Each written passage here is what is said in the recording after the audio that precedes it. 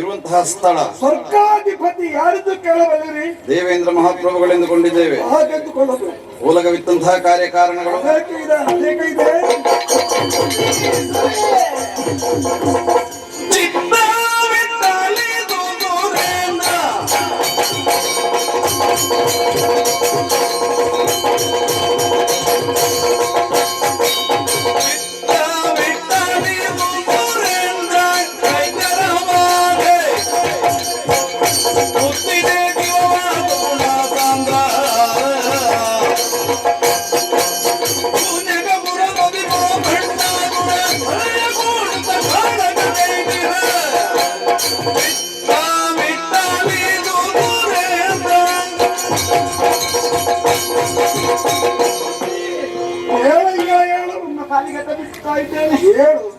ನಿಮ್ಮ ಕಡೆಯಿಂದ ಕಾವಲು ಮಾಡ್ತಾ ಇದ್ದವರು ನಿಮ್ಮ ಕರ್ತವ್ಯ ತಾನೇ. ಕರ್ತವ್ಯ ಇಲ್ಲಿ ಬಂದೆ ಬಂದೆ ನಾಳೆಗೆ ತಡವರಿಸುತ್ತೆ, ದೇಹ ಕೆಳಗಡೆ ನಡುಗುತ್ತಿದೆ, ಆ ಕಡೆ ಈ ಕಡೆ ನೋಡ್ತಿರುವೆ. ಏಕೆ ಇಲ್ಲಿಗೆ ಬಂದೆ? ಬರುವುದಕ್ಕೆ ಕಾರಣ ಉಂಟು. ಏನು ಕಾರಣ? ಹೊತ್ತಲ್ಲಿ ಬಹಳ ದೊಡ್ಡ ಸೇನೆ ಬಂದರೆ ಸೇನೆ ನಮ್ಮ ದೇವಲೋಕಕ್ಕೆ. ಹೌದು, ಅದನ್ನು ಕಂಡು ಓಡಿಕೊಂಡು ಬಂದೆಯಾ? ಬಂದವರು ವಿಚಾರಿಸಿದ್ದೀಯ? ಇಲ್ಲ ಇಲ್ಲ, ಅವರನ್ನು ಅಲ್ಲಿ ತಡೆದು ನಿಲ್ಲಿಸಿ ವಿಚಾರಣೆ ಮಾಡಿ ಇಲ್ಲಿಗೆ ಬಂದರೆ ಎಲ್ಲವರಂತೆ ಯಾಕೆ ಬಂದಿರುತ್ತೆ? ಕಾಣುತ್ತದೆ. ಏನು ಕಾರಣ? ಬಹಳ ದೊಡ್ಡ ಸೇನೆ ಬಂದವರಲ್ಲಿ ಶೂನ್ಯಕ ಪಟ್ಟಣದವರು.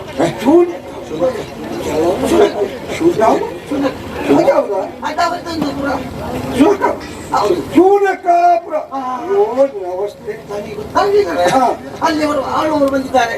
ಆಳು? ಹೌದು. ಯಾರು? ಅವರು ಮಹಾರಾಜ ಆಳುವವರು. ಬಂಡಾಸ್. ಅವರ ಹೆಸರಿಗೆ ಬಂಡಾಸುರ. ಬಂಡಾಸುರ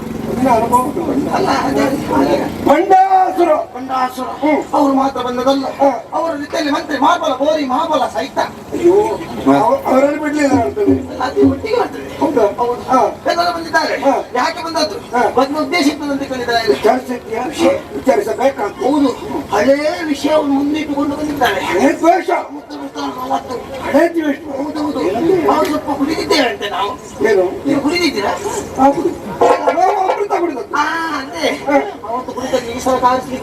ಸ್ವರ್ಗಲೋಕ ಸಂಪತ್ತಲ್ಲಿ ನಮ್ಮ ವಶ ಉಂಟು, ಅವರಿಗೆ ಸಿಗಬೇಕಾದ್ರೆ ಸ್ವರ್ಗಲೋಕನ ಒಳ್ಳೆ ಮಾತಿನಲ್ಲಿ ಅವರಿಗೆ ಬಿಟ್ಟು ಹೊರಟಿದ್ದಾರೆ.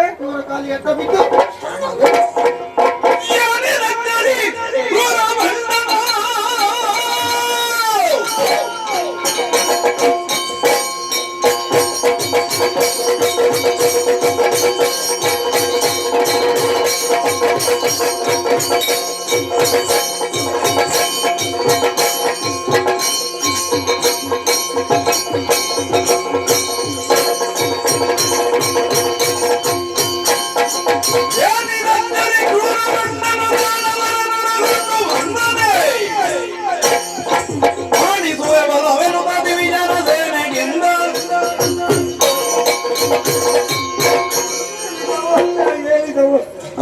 ಸ್ವರ್ಗಲೋಕದ ಸಂಪತ್ತು ಅನುಭವಿಸ್ತಾ ಇದ್ದೇನೆ.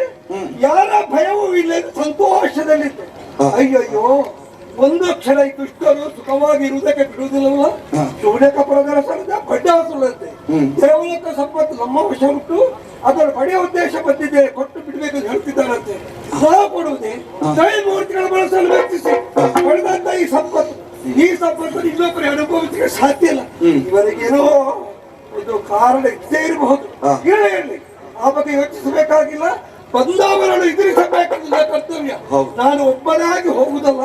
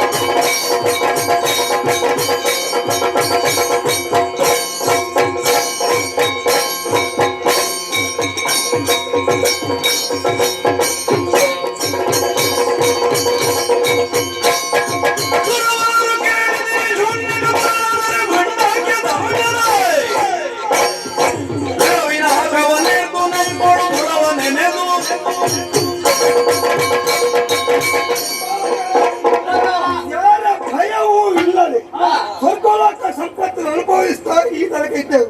ಕೇಳ್ತೀರೆ ನೀವೆಲ್ಲರೂ ಭೂಲೋಕದಲ್ಲಿ ಶೂನ್ಯಕ ಬರದರಸರಂತೆ ಸೂರ ಬಂಡಾಸುರಂತೆ ದೇವಲೋಕಕ್ಕೆ ಪ್ರವೇಶ ಮಾಡಿದಾರಂತೆ ಸ್ವರ್ಗೋಲಕ ಸಂಪತ್ತು ಒಪ್ಪಿಸಬೇಕಂತೆ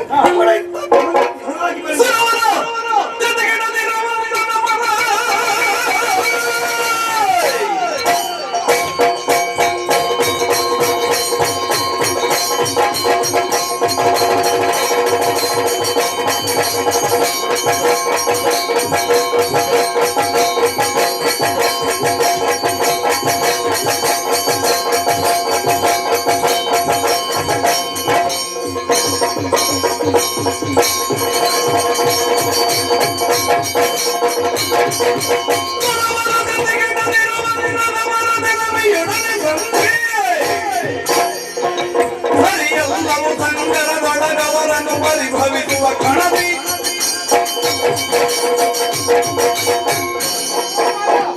ನೀವೇನು ಚಿಂತಿಸ ಅಗತ್ಯವಿಲ್ಲ.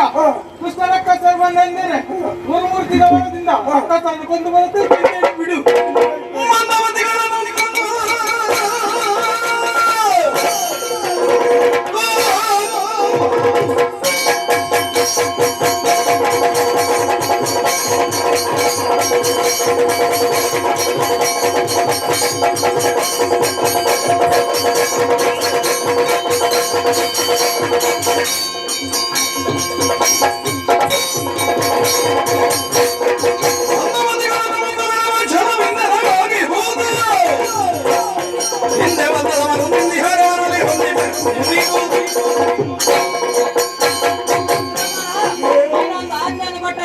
ಈಗ ಹೋಗಿ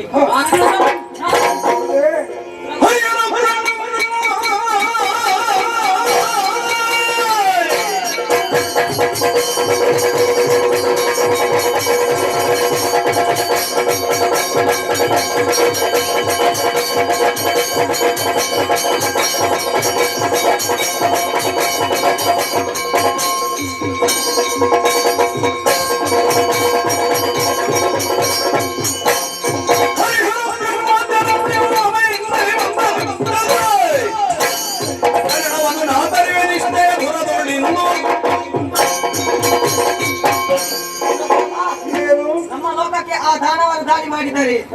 ಅವರನ್ನು ನಾನು ಸದೆ ಬಡಿತೇನೆ, ಬಿಡು ಚಿಂತೆ. ದಿಕ್ಪಾಲಕರೇ, ನಮ್ಮ ಮತಿಗಳನ್ನು ಸದೆ ಬಡಿವೆವು ನಾವು ಎಂದು ಹೇಳಿದ ಮಾತು ಹಿಂದೆ ಮುಂದಿನ ಯೋಚನೆಗಳೇಕೆ?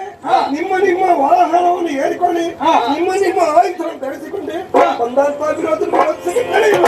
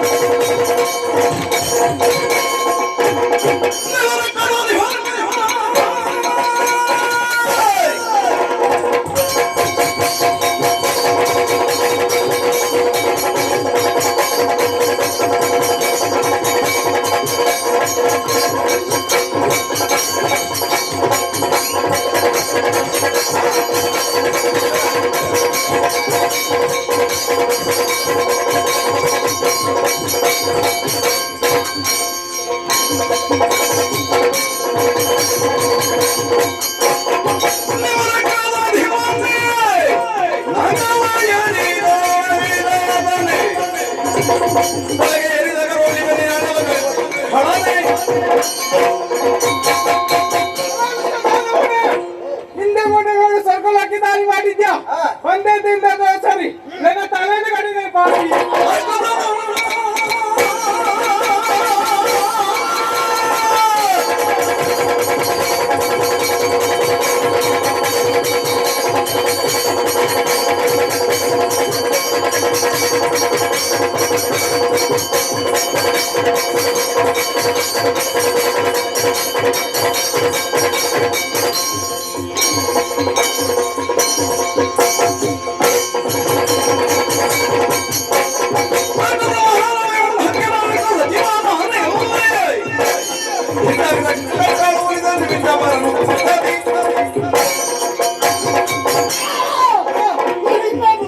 ಹಾಗಲ್ಲ ನಾವು ಈಗ ಬದಲಾಗಿ ಬಂದಿದ್ದೇವೆ ದೇವಲೋಕವನ್ನು ನಮಗೆ ಕೊಟ್ಟರೆ ಹೋಯಿತು ಇಲ್ಲದಿದ್ದರೆ ನಿನ್ನ ಶಿರವನ್ನು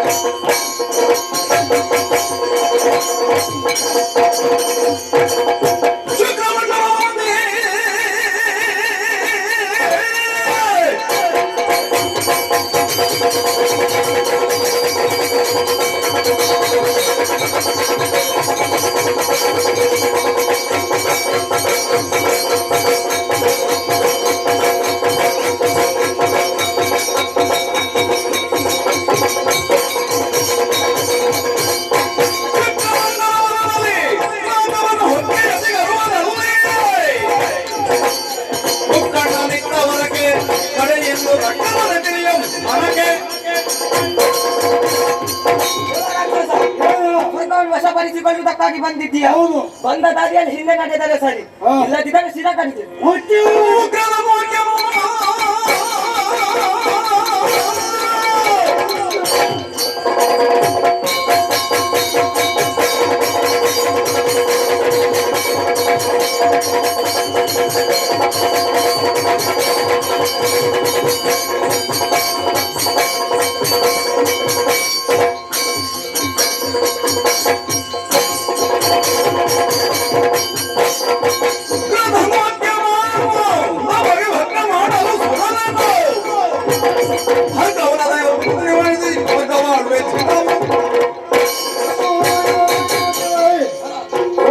ಅಧಿಕಾರ ಬರೋದಿಲ್ಲ ನಡೆಯುತ್ತಾ ಇದ್ದೀರಾ ನಿಮ್ಮ ಬಂದು ಮುಂದೆ ಬಂದು ನಿಂತಿರುವುದು ಯಾವ ಬೇರೆ ಅವರು ಬಂಡಾಸುರ ಸೈನಿಕ ವೀರ ಮಂತ್ರಿಗಳು ಸೇರಿ ಬಂದಿದ್ದೇವೆ ಒಳ್ಳೆಯ ಮಾತಿನಿಂದ ಸ್ವರ್ಗ ಬಿಟ್ಟು ಕೊಟ್ಟರೆ ಇಲ್ಲವಾದ್ರೂ ಉಂಡ ಚೆನ್ನಾಗಬೇಕಾಗಿತ್ತು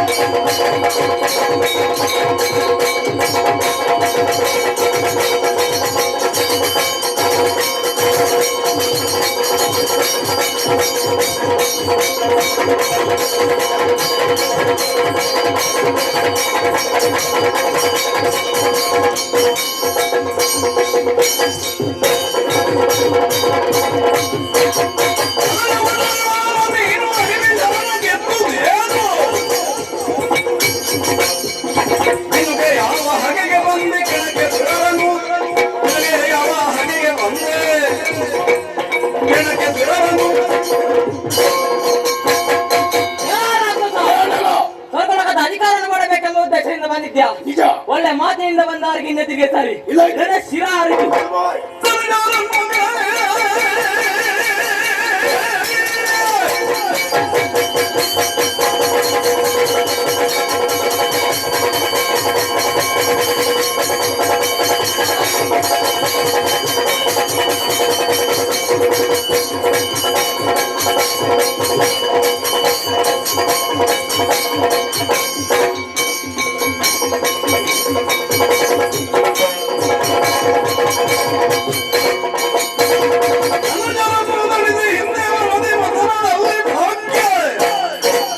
ಮನೆಗೂ ಬಳೆಯು ಕಾಣುವ ಹಾಗೆ ನನಗೆ ಬಂದೆವು.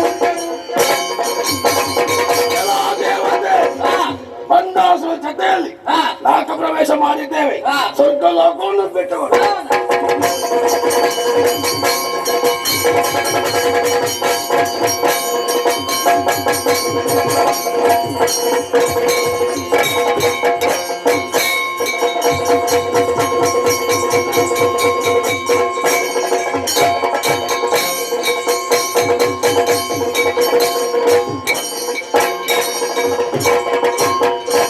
ನಾನು ಹರಿವರ್ಷ ಖಂಡಗೆ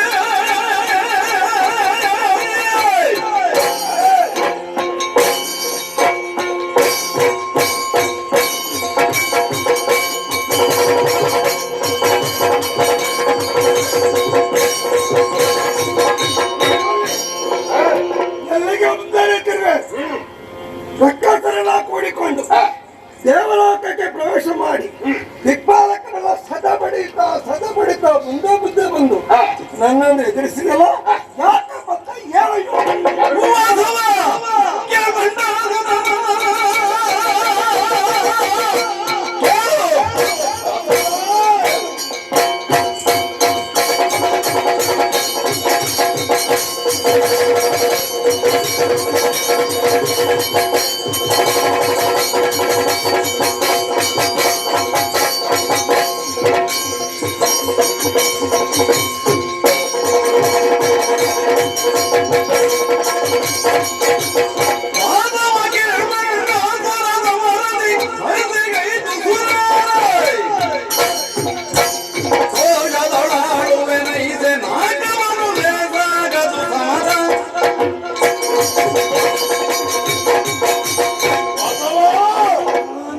ಸಮರಸರನ್ನು ಬದಲಾಯಿಸಬೇಕೆನ್ನುವ ಉದ್ದೇಶದಿಂದಲೇ ಮೇಲೆ ಏರಿದ್ದೇನೆ.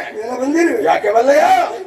ನಿಮ್ಮಿಂದ ಅಸುರರಿಗೆ ಅನ್ಯಾಯವಾಗಿದೆ. ನಮ್ಮಿಂದ ಅಷ್ಟುವರೆಗೆ ಸಮುದ್ರ ಮಥನ ಮಾಡಿದ್ದೇನೆ, ಅಮೃತವನ್ನು ಕುಡಿಯುವುದಕ್ಕೆ ಕೊಡ್ಲಿಲ್ಲ.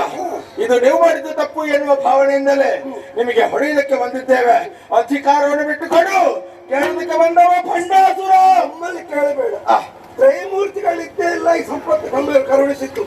ಅಮೃತವನ್ನು ಕುಡಿದಿದ್ದೆವು, ನಾವು ದುಡಿದಿದ್ದೆವು. ಯಾರಿಗೆ ಯೋಗ್ಯತೆ ಇದೆಯೋ ಅದು ಅವರಿಗೆ ಸಲ್ಲತಕ್ಕ. ನೀವು ಮಾತ್ರ ದುಡಿದ. ನಿಮಗೇನು ಪ್ರಯೋಜನ? ಅಸುರರು ದುಡಿಲಿಲ್ವಾ? ಕುಡಿಲಿ. ನಿಮಗೆ ಅಮೃತವನ್ನು ಕುಡಿಯುವಂತ ಹಕ್ಕು ಇಲ್ಲ. ಯಾರು ಹೇಳಿದ್ರು? ಹೌದಾ? ಉಂಟಾ ಇಲ್ವಾ? ಅನುಭವಿಸುವುದು ಅಲ್ಲ, ಅಧಿಕಾರ ಉಂಟಾ ಇಲ್ವಾ? ಯುದ್ಧದಲ್ಲಿ ನೋಡು.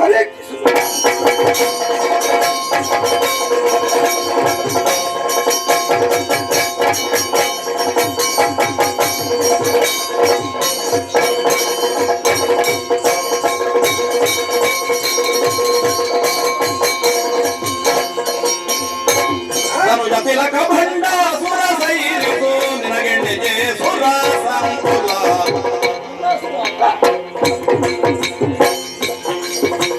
ರಣವಿಕ್ರಮಿ ಬಿನುಗರ ಗೆಲ್ಲಿದನ ಮೇದಿನಿಯೊಳು ಕೀರ್ತಿಯು ನಿನಗಿಲ್ಲ. ನಾನು ಜತಿಲಕ ಭಂಡಾಸುರ ಸೈರಿಸು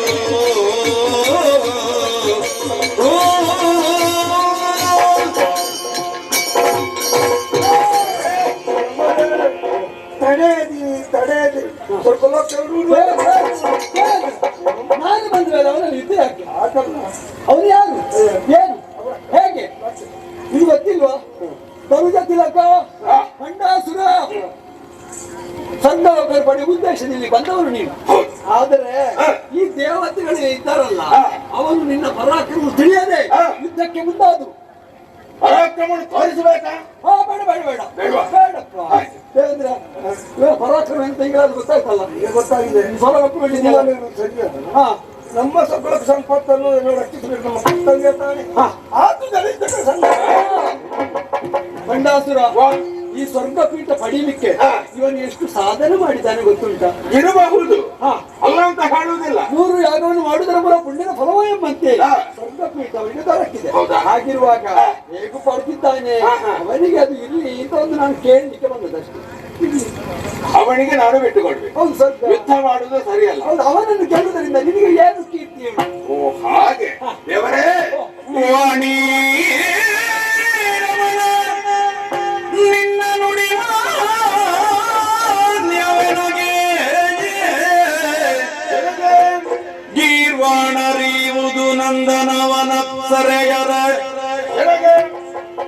ಗೀರ್ವಾಣರಿಯುವುದು ನಂದನವನ ಅಪ್ಸರೆಯರ ಇಂದ್ರಾಣಿಯಂ ಸಹಿತ ಕಪ್ಪವ ಬಳಿಕ ಸಂಧಾನ ಕೊಪ್ಪುವನು ತಾನೆನು ತಲಿ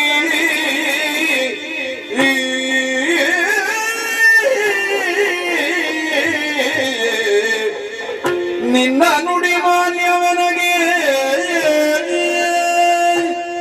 ಬ್ರಹ್ಮದೇವರೇ, ಬಂಡಾಸುರ ನುಡಿಯನ್ನು ಒಪ್ಪಿದ್ದೇನೆ. ಯುದ್ಧಕ್ಕೆ ಸಿದ್ಧನಾಗಿದ್ದಂತ ನಾನು ಈ ವೇಳೆಗೆ ಯುದ್ಧ ಮಾಡದೆ ತಟಸ್ಥನಾಗುವುದಕ್ಕೆ ಬದ್ಧನಾಗಿದ್ದೇನೆ. ಒಳ್ಳೆಯದು. ಅಧಿಕಾರವನ್ನು ಅವನಿಗೆ ಕೊಡುವುದಿಲ್ಲ. ಅಧಿಕಾರ ಏನಿದ್ದರೂ ನನ್ನದು. ಹೌದು.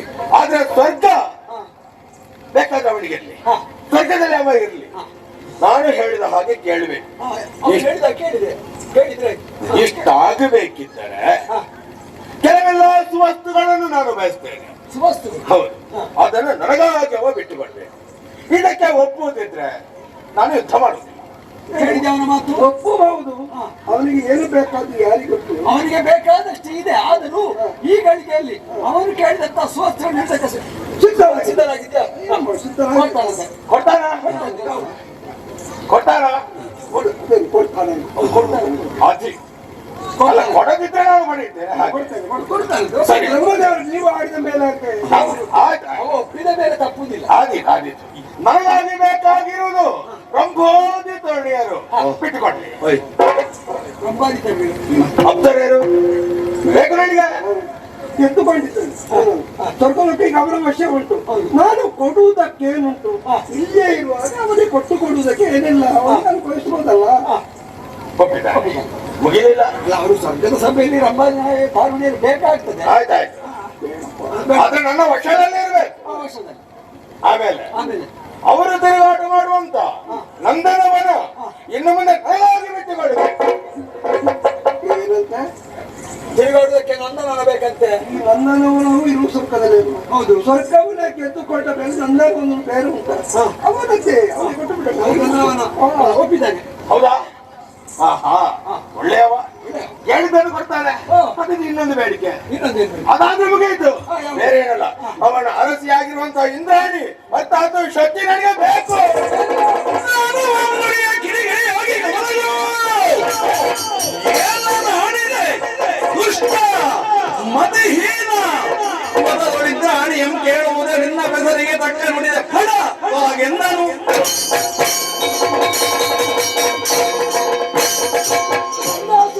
ಏನೋ ನಿನ್ನ ವಿಶೇಷವಾದಂತ ಯೋಗ್ಯತೆಯನ್ನು ತಿಳಿದು ನಾನು ಈ ರೀತಿಯಲ್ಲಿ ಬಂದು ಮಾತಾಡಿದೆ. ಈಗ ಏನು ಬೇಕು ಅಂತ ಕೇಳಿದ್ರೆ ಹೇಳುವುದೇನು? ಇಂದ್ರಾಣಿ ದೇವೇಂದ್ರ ರಾಣಿ ಹೆಂಡತಿ ಸಾಕ್ಷಿ. ಬೇಕು. ಅವನು ದೇವೇಂದ್ರನ ಹೆಂಡತಿ. ಪರಸತಿ ಆದವನು ಬಯಸಬಹುದಾ? ಪರಸತಿಯನ್ನು ಬಯಸುವುದು ಖಂಡಿತ ತಪ್ಪು. ಅಹಂಕಾರಿ, ಮೂರ್ಖ, ದ್ರೋಹಿ, ಏನು ಕಾಮ ಅಂತ ಅವಳನ್ನು ಬಯಸಿದ್ಯಾ? ಇನ್ನು ಮುಂದಕ್ಕೆ ನೀನು ಹೆಂಡಿತೀಯಾ?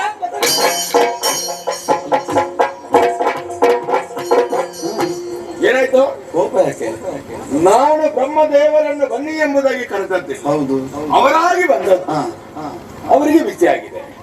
ನಾನು ಅವರ ಹೆಂಡತಿಯನ್ನು ಕೇಳಿದ್ದಲ್ಲ, ದೇವೇಂದ್ರನ ಹೆಂಡತಿಯನ್ನು ಕೇಳಿ. ದೇವೇಂದ್ರನ ಹೆಂಡತಿಯನ್ನು ಕೇಳುವಾಗ ಇವರಿಗೆ ಯಾಕೆ ಬಿಸಿ ಆಗುದು? ದೇವೇಂದ್ರನ ಹೆಂಡತಿಗೆ ಇವರಿಗೆ ಏನಾದ್ರು ಉಂಟ ಹಾಗೆ? ಇರ್ಲಿಕ್ಕಿಲ್ಲ. ಬಿಟ್ಟು ಬಿಡುವ. ಅವರು ಕೊಡದಿದ್ದಾರೇನು ಹುಡುಕಿಕೊಂಡು ನಾನೇ ಹೋಗ್ತೇನೆ.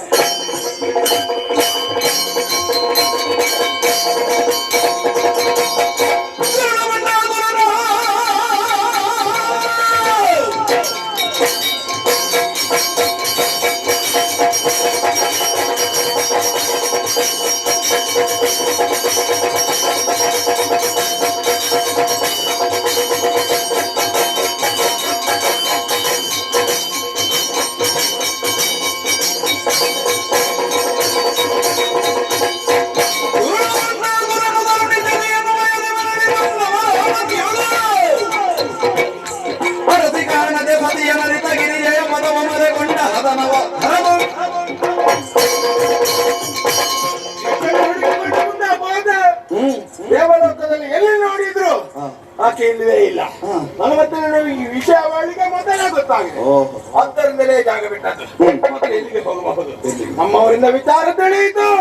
ಕೈಲಾಸವನ್ನು ಸೇರಿದಂತೆ ಬಹಳ ಪ್ರಣಾಮ ಮಾಡಬೇಕು ಎಂಬುದಾಗಿ ಕೈಲಾಸಗಿರಿಗೆ ಹತ್ತಿದ್ರೆ ನನ್ನ ಮುಂದೆ ಬಂದು ನಿಂತದ್ದು ಅಮ್ಮ ಪಾರ್ವತಿ ದೇವಿ. ಅವರ ಕೆಂಪು ಕೆಂಪಾಗಿರುವ ಕಣ್ಣನ್ನು ನೋಡುವಾಗ ಒಳಗೆ ಹೋಗುದು ಬೇಡ. ಅದರಿಂದಲೇ ಅಲ್ಲಿಂದ ಹೊರ ಬಂದಿದ್ದೇನೆ. ಹೋದಂತ ಶಚಿ ಕೈಲಾಸದಲ್ಲಿ ಇರುವುದ ಒಂದಲ್ಲ ಒಂದು ದಿವಸ ದೇವಲೋಕಕ್ಕೆ ಬರಲಾಗುತ್ತಾನೆ. ಬಂದಾಗ ನಾನು ಸ್ವಾಧೀನ ಪಡಿಸಿಯೇನು ದೊಡ್ಡ ವಿಷಯವಲ್ಲ. ಸ್ವರ್ಗಲೋಕದ ಅಧಿಕಾರ ನನ್ನದು. ಯಾರು ಬೇಕು